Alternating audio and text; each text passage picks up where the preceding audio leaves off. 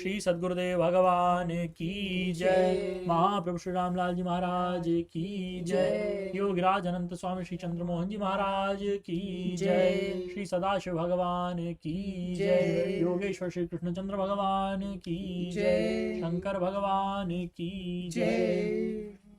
श्री सद्गुरुदेव वचनामृत। दैवी संपदा धारण करो।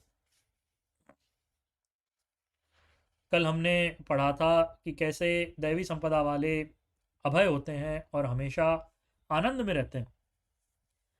उससे आगे की संपत्तियां हैं दानम दमश्च यज्ञश्च। दैवी संपदा वालों में दान की प्रवृत्ति होती है। दमश्च इंद्रियों पर नियंत्रण रहता है। यज्ञश्च बड़े बड़े यज्ञ करते हैं, अनुष्ठान करते हैं, व्रत करते हैं। स्वाध्याय स्वाध्याय में लगे रहते हैं। मैंने तुम्हें स्वाध्याय का अर्थ बताया था। प्रणवादि मंत्रों का जप और मुक्तिदायी शास्त्रों का पठन पाठन, यह स्वाध्याय कहलाता है। स्वाध्यायशील व्यक्ति विष्णु सहस्त्रनाम का पाठ करते हैं, गीता उपनिषदों का पाठ करते हैं और अपने मंत्र का जाप करते हैं, तप करते हैं, भूख प्यास गर्मी को सहन करके अपनी साधना में लगे रहते हैं। आर्जवम संपत्ति के अभिमान में किसी को दुख नहीं देते। वे लोग विनम्र होते हैं, झुके रहते हैं। मुझे एक व्यक्ति की बात याद आई। कलकत्ता में हरियाणा भवन में हमारा योग प्रचार कार्यक्रम चल रहा था। सत्संग का कार्यक्रम चला हुआ था। एक व्यक्ति अरब खरब के मालिक थे जिनका नाम था सोहन लाल दुग्गड़। वह सत्संग में आए और सबसे पीछे बैठे।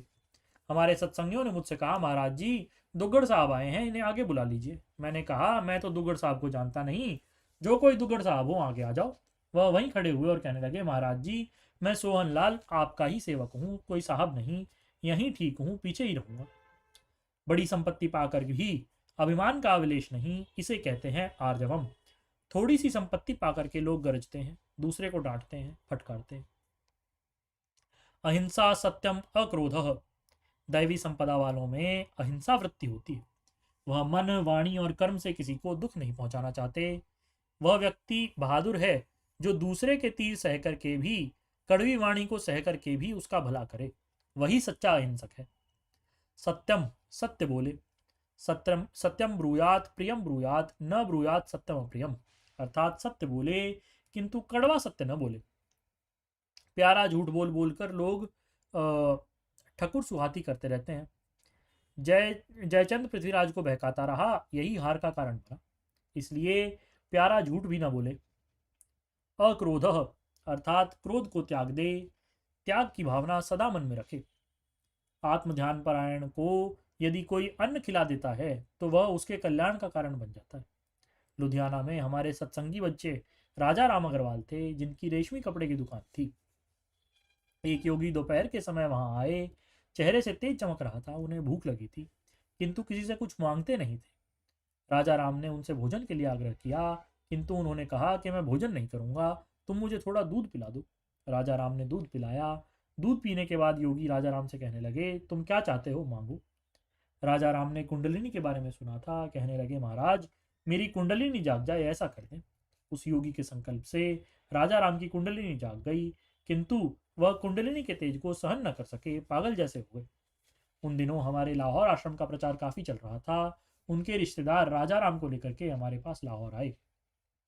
उन दिनों लाहौर में एक मशहूर वैद्य कालीचरण जी हमारे पास आया करते थे। राजा राम की हालत देखकर कहने लगे, महाराज इसे आप साधना ना कराएं, वापस भेज दें, इसके मौत के लक्षण हैं, आश्रम पर कलंक लग जाएगा। किंतु हमने उसे अपने पास रखा, नेति इत्यादि करा करके नाक से दूध पिलाया। श्री प्रभु जी ने जो हमें अधिकार दिया था उसके अनुसार नाड़ी विशेष को दबा करके हमने उसकी कुंडलिनी को यथास्थान कर दिया। 4-6 दिन में ही वह ठीक हो गया। फिर 20-30 और वर्ष तक जीवित रहा। यह दूध पिलाने का फल था। जिस कुंडलिनी को जगाने के लिए योगी 12-12 साल तक अभ्यास में लगे रहते हैं, योगी के संकल्प से क्षण भर में ही वह जाग गई। लोग ब्राह्मणों को, महात्माओं को भोजन कराते हैं ताकि उनका भला हो।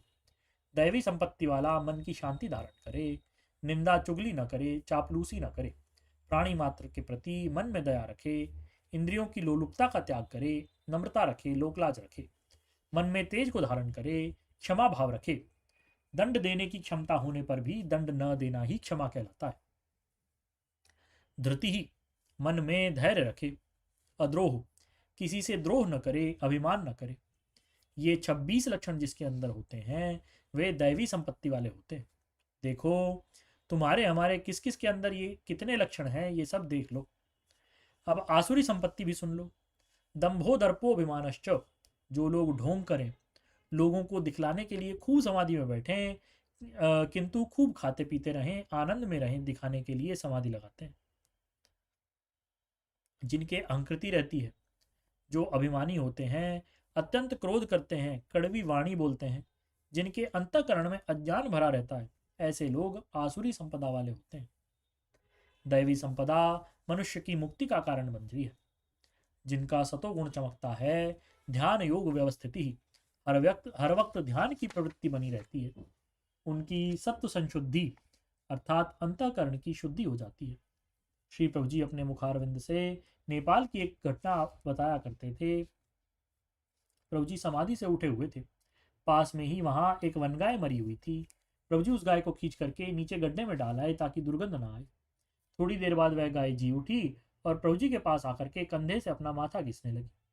उस समय महाप्रभु जी की आवाज आती है, किससे घृणा करता है, यह तो गुण धर्म है, तुम्हें इससे आगे जाना है। बस इसके बाद वह गाय फिर मर गई।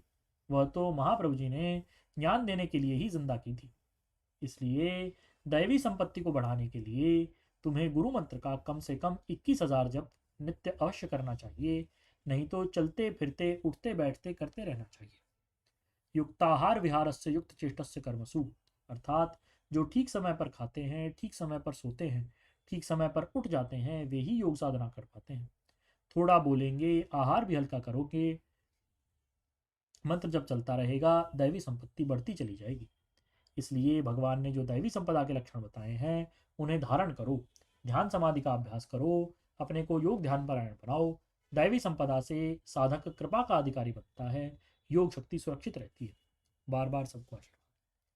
बोलिए श्री सदगुरुदेव भगवान की जय। परम प्रभु श्री रामलाल जी महाराज की जय। योगिराज अनंत स्वामी श्री चंद्रमोहन जी महाराज की जय। सदाशिव भगवान की जय। योगेश्वर श्री कृष्णचंद्र भगवान की जय। शंकर भगवान की जय। हर हर महादेव।